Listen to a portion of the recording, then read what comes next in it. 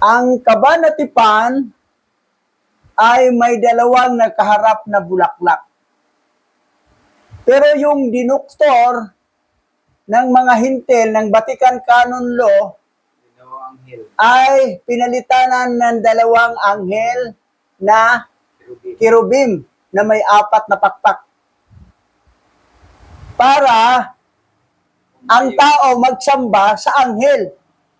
Dahil itong mga hintil ay mga anak sila ng mga anghel na nagkasala o anghel na binagsak ni Abay Hawa sa lupa, the fallen angel, na naging mga satanas. Ang kabanatipan, pinalitan nilang anghel para tuloy-tuloy ang pagsamba sa mga anghel. Pero ang original talaga, ang totoong kabanatipan, ang pinagawa ni Yahweh, utos niya doon kay Moses, ay 2 bulaklak na magkaharap, hindi 2 kirubim na anghel. Na yun ang ginawa ng mga simbahan ni Satanas ngayon, simbahan ng mga fallen angel, na may mga revolto. Para may reason sila mabasa sa Bible eh. Sa Bible yun, dinoktor. Ganon ka-corrupt, ganon ang panglilinglang ng mga lahi ng mga fallen angel para ang mga lahi ng mga binhi ni Hawa ay makasamba tuloy sa mali o kay Satanas. At yun ang mission natin, na kailangan hanapin ang mga nawawalang tribo sa sambayanan ni Israel. Kasama na yung mga hintil na mga elect na mga binhi ni Yahweh.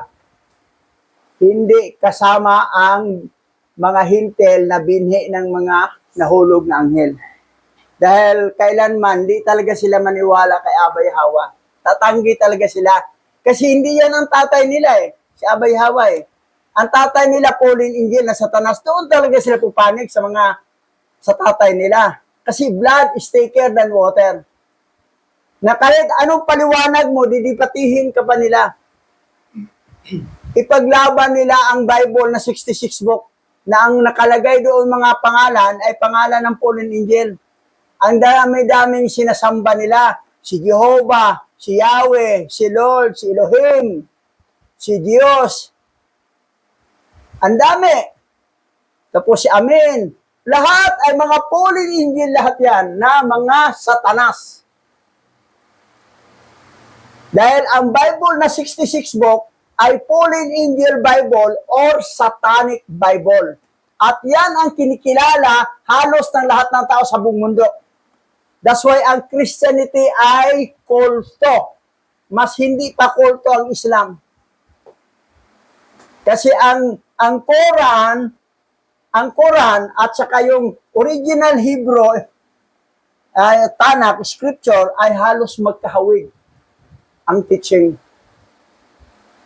Pero ang teaching ng mga fallen angel na 66 book na satanic Bible ay iba.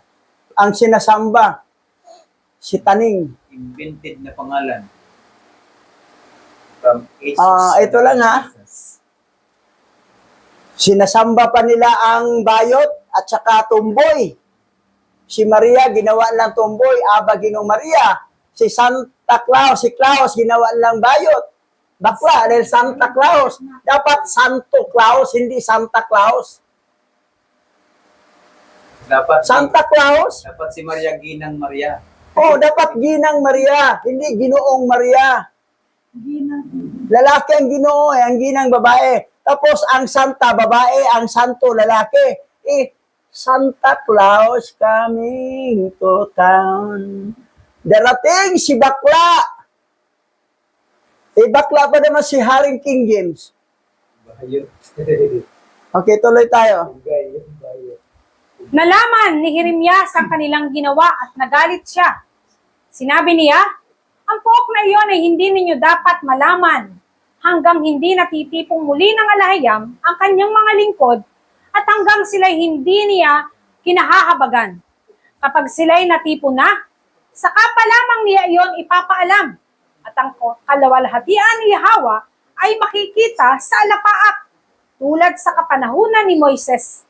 At gaya din noong manalangin si Solomon at hilingin niyang dakilain at pabanalin ng alayam ang dakong iyon.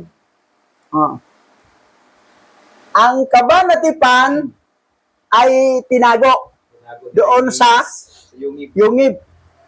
Hinahanap ng iba, nagagalit si Jeremias. Jeremias. Dahil lilitaw lang yan, makuha lang yan, Napagkaisa na kapag dito. matipo na lahat sa last days na si Yahweh ay makikita sa alapaap. Si Yahweh na akala na si King Yahweh siya babalik. Ang Yahweh siya doon, yung bilang tao siya. Pero nabuhay siya magmuli, pagbalik na hindi na Yahweh siya ang pangalan niya. Yahweh na. Yan lalabas ang makuha ang tinatawag na kabanatipan. Na pag makita, aba, bulaklak pala. Hindi, Kerubin. Hindi pala dalawang anghel na kirubim. That's why ang mga printing dahil anong makita sa puro kabanatipan, dalawang anghel nga nagkaharap. Invented na rin nila yung Dahil ito, sinabi, tinatago ko sa yungib. At sa lalabas na yan, kapag dumating na si Yahweh na magkikita sa lapaat at matitipo na lahat ang kanyang mga pinili. Na sabi siya, saan ba ang kabanatipan? Bakit? Nandoon sa nandoon. Wala, hindi talaga dito nalalaman natin na itinago talaga. Lalabas lang yan pag si Yahweh ay makikita na sa lapaat. si Jeremias pala na. Wala. Sabi pa na may ibang pastor, nakita na daw sa Israel. Kung saan daw ipinako yung kanilang Jesus. Doon natin malaman ay dalawang bulaklak pala ang nakalagay. Ngayon, dahil hindi lalabas yan hanggat hindi babalik si Yahweh na makikita sa lapaap, last days yun. Sa pagtitipo na, nagsamantala itong Vatican Canon Law. Gumawa sila ng faking kaban na tipan na gilagyag mga dalawang dalawang anghel na kirubim para may katwiran silang gagawa ng mga rebulto.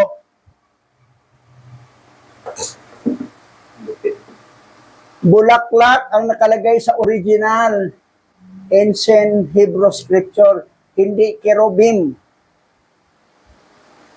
Maraming mga pastor dito, mga walang alam. Nakakala nila, kerubim ang nakalagay doon. Nakatago at hindi lalabas hanggat Hindi natitipo. makikita Hindi natitipo. sa alapaap si Yahweh. Tawag mo babalik. Dahil may naghanap Nagagalit si Jeremias.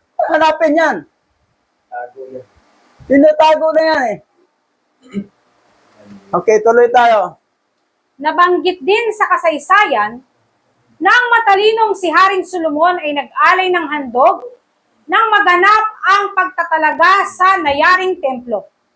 Nakatala rin sa kasaysayan na pagkatapos niyang manalangin, bumaba ang apoy mula sa langit at tinupok ang kanyang handog, tulad ng nangyari nang si Moises ay manalangin noong unang panahon.